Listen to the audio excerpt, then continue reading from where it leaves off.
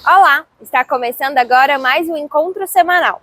No programa de hoje você confere como foi o segundo encontro de professores católicos. Você ainda acompanha um papo breve com a doutora Juliana Terra sobre o câncer de mama.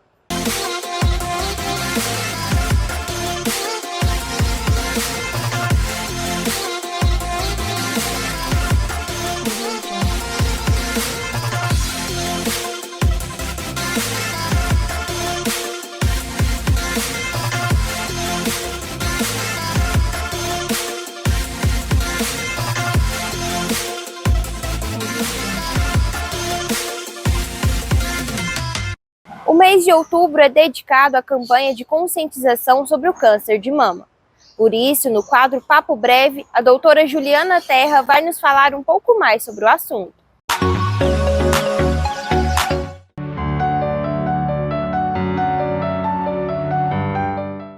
Câncer, de uma maneira geral, não só o de mama, a gente define na medicina como a neoplasia maligna, que nada mais é do que um órgão ou tecido, alguma parte, do corpo, onde as células começam a se proliferar de uma maneira anormal. E aí, se proliferando de maneira anormal, a gente, define isso como uma doença potencialmente invasiva, uma doença que a gente chama de maligna, que é o câncer. No caso do câncer de mama, são quando as células do tecido mamário, seja por uma mutação genética ou por um fator externo, sofrem então essa mudança e começam a se proliferar, a se multiplicar de uma maneira desgovernada, descontrolada, causando então o que a gente chama de câncer de mama.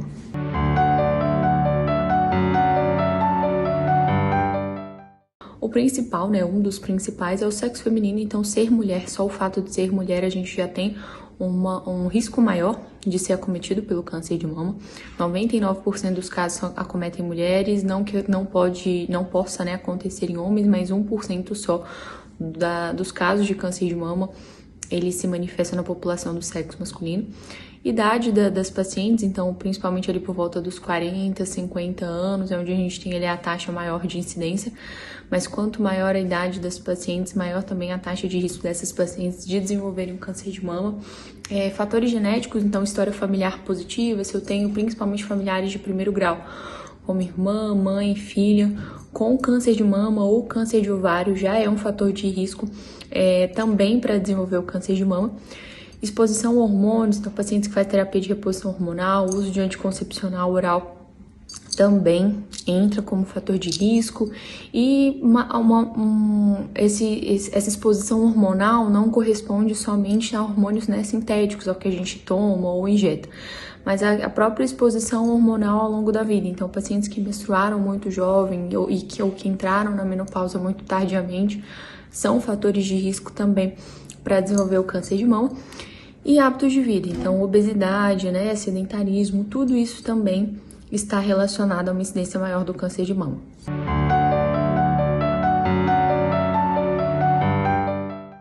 Então, a prevenção do câncer de mama, não existe assim um fator, uma causa única que eu consigo atuar, em que eu vou dar 100% de certeza para aquela paciente de que ela não vai desenvolver a doença.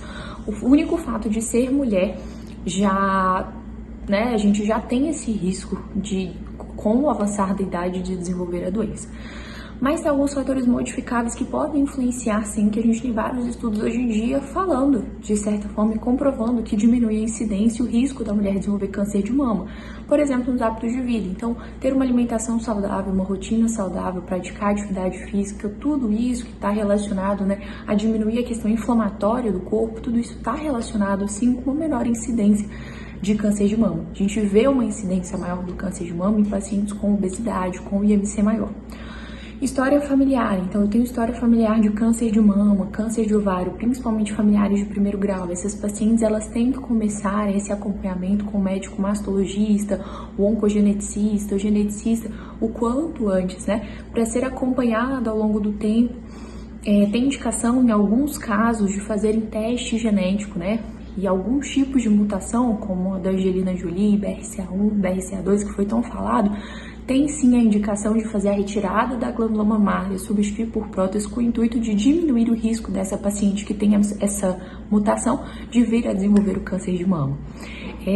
o rastreamento, né? Então, o rastreamento ele não vai evitar a mulher de ter o câncer de mama, como é o caso, né, do mais indicado, que é começar a mamografia aos 40 anos. Então, o recomendado pela Sociedade Brasileira de Mastologia é que toda mulher, a partir dos 40 anos, comece o rastreamento anual com mamografia. Isso é uma prevenção.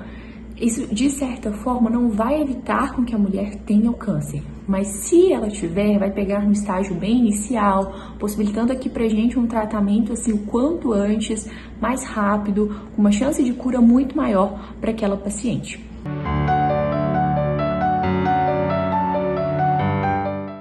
Por que outubro ser, destinado como mês dedicado para o combate ao câncer de mama? Então tudo começou em 1990, a história mais recente que a gente tem nos Estados Unidos, em uma corrida de rua de várias mulheres, chamada de Corrida de Rua pela Cura. E aí as mulheres nessa corrida de rua levantavam essa bandeira de prevenção ao câncer de mama, por ser o câncer mais prevalente, em mulheres. E aí, dentro dessa corrida, começaram a distribuir alguns lacinhos cor-de-rosa para essas participantes da corrida, e dali isso tudo foi se estendendo. E aí esses lacinhos começaram a ser também distribuídos em desfiles de moda, em congressos, em hospitais, e tudo começou por ali. E aí, com o passar do tempo, ficou então definido que outubro seria então o mês dedicado, para o combate ao câncer de mama.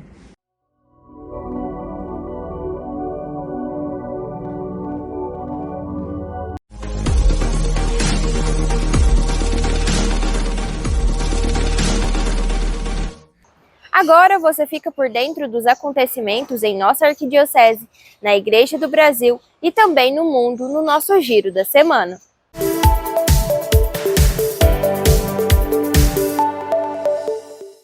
No dia 2 de novembro acontece a celebração por todos os fiéis defuntos. A programação de horários e locais das celebrações em nossa arquidiocese já está disponível em nosso site e também em nosso Instagram. No dia 18 de novembro acontece o segundo encontro de cristãos leigos e leigas de nossa arquidiocese. O assessor do encontro será o arcebispo de Goiânia, Dom João Justino, com o tema Diversos Carismas, somos todos irmãos e irmãs. Para fazer sua inscrição, basta acessar o link na bio do nosso Instagram.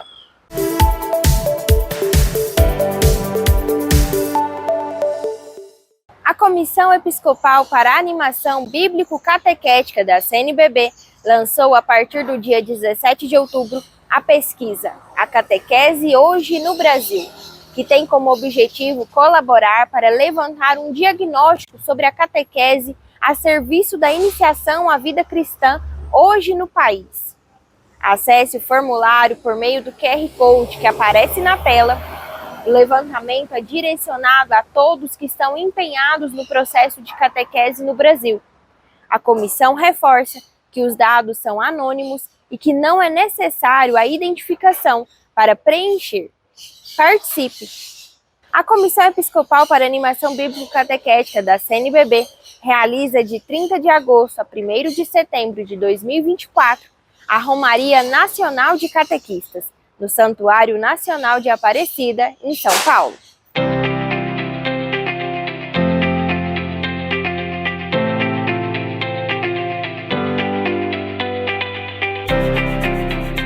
Já estamos preparando a primeira Romaria Nacional de Catequistas. Será em Aparecida, junto a Nossa Senhora.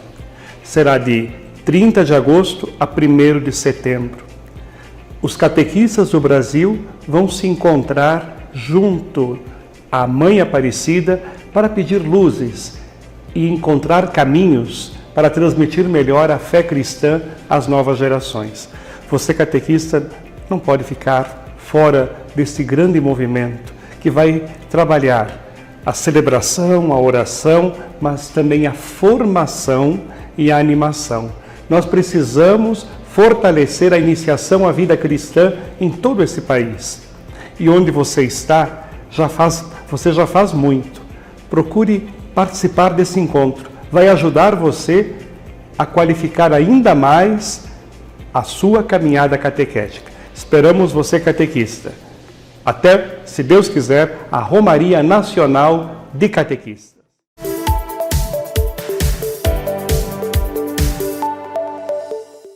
Na última quarta-feira, 25 de outubro, foi publicada uma carta para todo o povo de Deus sobre a 16ª Assembleia Geral Ordinária do Sínodo dos Bispos. Leia a carta na íntegra em nosso site. Mais uma vez, o Papa Francisco manifestou sua preocupação com o Oriente Médio. Penso sempre alla grave situazione in Palestina, in Israele, e incoraggio il rilascio degli ostaggi e l'ingresso degli aiuti umanitari a Gaza. Continuo a pregare per chi soffre, a sperare in percorsi di pace in Medio Oriente, nella martoriata Ucraina e nelle altre regioni ferite dalla guerra.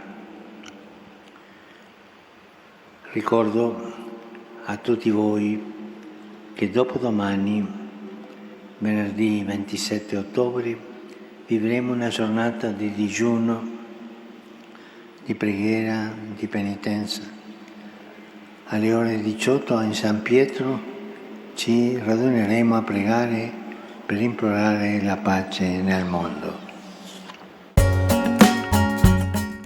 Rezemos pelos aniversariantes da semana. No dia 30, o Padre Miguel Carlos D'Ameto comemora mais um ano de vida. No dia 31 de outubro, o Padre Geraldo Pereira celebra o seu aniversário natalício. E no dia 1º de novembro, o Padre Arpuim Aguiar comemora mais um ano de vida. Parabéns para todos os aniversariantes da semana e também para você aí de casa que comemora mais um ano de vida. Desejamos felicidades e que a paz de Cristo esteja sempre com você. E no próximo bloco você confere como foi o segundo encontro de professores católicos. O nosso intervalo é rapidinho, não sai daí. Na noite da quinta-feira, 19 de outubro, aconteceu no Teatro Madre Esperança Garrido o segundo encontro de professores católicos. O encontro contou com a presença do nosso arcebispo, Dom João Justino. É uma alegria para nós da Arquidiocese de Goiânia a realização deste segundo encontro arquidiocesano de professores católicos, uma iniciativa do Vicariato Episcopal para a Cultura e Educação por meio da Pastoral da Educação e das escolas católicas filiadas à ANEC, Associação Nacional de Educação Católica. Oportunidade que temos de estabelecer encontros, trocas de ideias, de pensamentos, de experiência entre professores e professoras que, pela fé católica, também estão nas escolas exercendo a sua profissão. Isto é, são profissionais, são homens e mulheres de fé católica e no seu trabalho, no exercício da sua profissão, dão testemunho dos valores que o Evangelho nos apresenta, nos sustenta nesse itinerário de vida cristã. Parabenizo a todos os organizadores desta segunda edição e rogo a Deus que essa experiência suscite nos nossos professores e professoras compromisso de aprofundar sempre mais a sua missão, à luz daquilo que a Igreja nos ensina, o horizonte de uma educação humanista, integral e solidária. Padre Davi Pereira, vigário do Vicariato para a Cultura e Educação, nos explica como foi pensado o segundo encontro de professores. Para o nosso segundo encontro, nós constituímos uma comissão. Então lembremos, nós estamos vivendo um período bonito da Igreja que é o Sínodo, que vai tratar sobre a sinodalidade. Então nada melhor que também no Vicariato nós pudéssemos organizar em forma de partilha, de caminho juntos. Então as escolas foram convocadas, ou alguém da pastoral ou a diretora, para que pudesse então compor uma comissão. Não coube todas, então nós estipulamos um grupo bom de pessoas, mas não teve como chamar todos para essa comissão. Mas somos 15 pessoas que pensamos, discutimos, chegamos ao consenso de que tínhamos que trabalhar novamente a questão do Pacto Educativo Global. Então, pensando a educação integradora na perspectiva do Papa Francisco. O encontro teve como tema a educação integral na perspectiva do Papa Francisco. Padre Rogério Alencar, da Pastoral da Educação do Regional Sul 3, e Gregory Rial, gerente de Educação Superior da ANEC, foram os assessores do encontro. A Pastoral da Educação tem a tarefa de articular as paróquias, dioceses, as escolas, as universidades católicas para pensar caminhos de evangelização, porque afinal de contas, também as escolas católicas e as universidades são instrumentos da Igreja para anunciar o Evangelho. E todos nós estamos comprometidos com esta convocação, com este convite do Papa Francisco de pensarmos e promovermos uma educação integral, quer dizer, que fale a linguagem cognitiva, a linguagem afetiva e a linguagem do agir, para transformar este mundo num mundo onde todos possam viver de uma forma melhor, em fraternidade, em justiça, um mundo que haja lugar para todos. Então é sobre isso que nós vamos abordar hoje, quando falamos da educação integral. Não é apenas educar para ter um diploma ou para conseguir um emprego, mas educar para ajudar a pessoa a se tornar um cidadão, a se tornar alguém que sirva à humanidade pelas suas competências, pela sua qualidade e, ao mesmo tempo, promover a fé, a evangelização e o encontro com Deus. Na quarta resposta sobre a terceira edição típica do Missal Romano, Dom Edmar Peron responde à pergunta do diácono Fabiano Souza, da Diocese de Santos, em São Paulo. O diácono perguntou sobre a oração universal dos fiéis. Olá, queridos amigos que se interessam pela liturgia, que querem beber sempre mais desta fonte de vida espiritual, que é a ação litúrgica, o bem celebrar, para que nós vivamos a experiência da vida de fé ali, no lugar próprio dela, que é a celebração. Pois bem, hoje eu quero responder ao diácono Fabiano Piqui Souza, ele é da Diocese de Santos, e ele perguntava a respeito da oração universal dos fiéis e da função do diácono de propor estas intenções. Eu, como vocês têm percebido, aproveito as perguntas para a gente conversar sobre aquele assunto dentro da Instrução Geral do Missal Romano. Então, para falar da oração universal, a gente vai por primeiro ao número 69 da Instrução Geral do Missal Romano. Então, o número 69, ele apresenta-nos por que é que nós fazemos a prece. Então, diz o texto que o povo, todos nós, tendo escutado a palavra de Deus, exercendo a nossa função sacerdotal por causa do batismo, elevamos preces a Deus. Isso já nos ajuda a compreender a estrutura das preces, ou seja, quem preside do seu lugar exorta a assembleia a rezar. Não faz uma prece, exorta, convida a rezar. Uma pessoa propõe as intenções, também não faz preces, como a gente está corriqueiramente vendo por aí. Propõe, porque quem exerce a sua função sacerdotal de rezar a Deus é a Assembleia reunida. Então, eu convido pela Igreja para que seja fiel ao mandato missionário do Senhor, rezemos ao Senhor. E a Assembleia toda, acolhendo esta intenção, diz: Senhor, escutai a nossa prece. Ao final, para concluir as várias intenções propostas e esta expressão orante de toda a Assembleia, quem preside faz uma prece conclusiva. Isto é, não é uma prece a que nós diremos: Senhor, escutai a nossa prece. É uma prece dirigida a Deus e a gente conclui com o Amém. Ok? O número 69 diz que as intenções são universais. Às vezes eu vejo propostas assim, são 4 intenções, todas por nós, por nós, por nós, por nós, por nós. Não. Primeira intenção deveria ser pelas necessidades da igreja, um coração eclesial que bate com o coração missionário da igreja, que olha todas as situações da igreja. A segunda prece normalmente deveria ser pela sociedade e pela salvação do mundo inteiro. A terceira intenção deveria ser pelas pessoas que sofrem.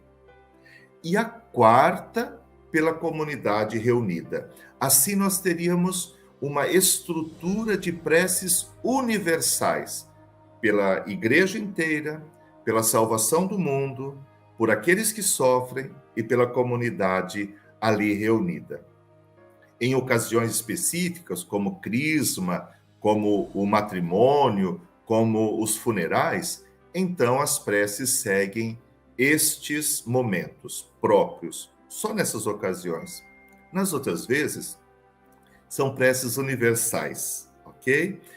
Em relação ao lugar de anunciar as intenções. Então, você poderá utilizar-se dos números 69, 138, 94 e 177. São números que falam sobre as preces. E ali você vai encontrar que as preces são feitas do ambão ou de outro lugar apropriado. Quem as anuncia? Bom, a pessoa que propõe as intenções são várias. Então, nós lemos, por exemplo, no número 138 da Instrução Geral do Missal Romano, que é o rito da missa sem a presença do diácono, diz assim: o sacerdote de pé, junto à cadeira e de mãos unidas, com breve exortação, convida os fiéis à oração universal. A seguir, o cantor, o leitor ou outra pessoa do ambão ou de outro lugar apropriado e voltado para o povo, propõe as intenções, às quais o povo, por sua vez, responde suplicante. Por fim, o sacerdote de mãos estendidas, isto é, braços abertos, conclui a prece com uma oração. Então, por aqui, por esse número 138, nós percebemos que quem propõe as preces não é sempre a mesma pessoa. Pode ser o cantor, se as preces serão cantadas, pode ser o leitor, pode ser uma outra pessoa. Estando o diácono presente, o número 94 diz que é próprio do diácono anunciar o evangelho. Mas ele poderá, por vezes, ou como traduziu Portugal, eventualmente, isto é, em algumas ocasiões, ele poderá também pregar a palavra de Deus, proclamar as intenções da oração universal. Então, caríssimo Fabiano, quando você pergunta sobre a sua atuação, significa que, algumas vezes, quando você estiver presente na Assembleia, seria bom que você exercesse esta função. Mas os números a respeito das preces não dizem que será sempre o diácono a propor as intenções das preces universais, ok? Bem, assim a gente deu mais um passo para que você possa ter alguns lugares de pesquisar e compreender melhor este rito da oração universal resgatado pelo Concílio Vaticano II. Um forte abraço a todos vocês. O nosso encontro vai ficando por aqui, mas continue nos acompanhando pelas redes sociais da Arquidiocese de Goiânia. A gente se vê na próxima semana. Tchau! Eu quero adorar o meu Senhor, diante dele vou prostrar meu coração. Eu quero adorar o meu Senhor, diante dele vou prostrar meu coração.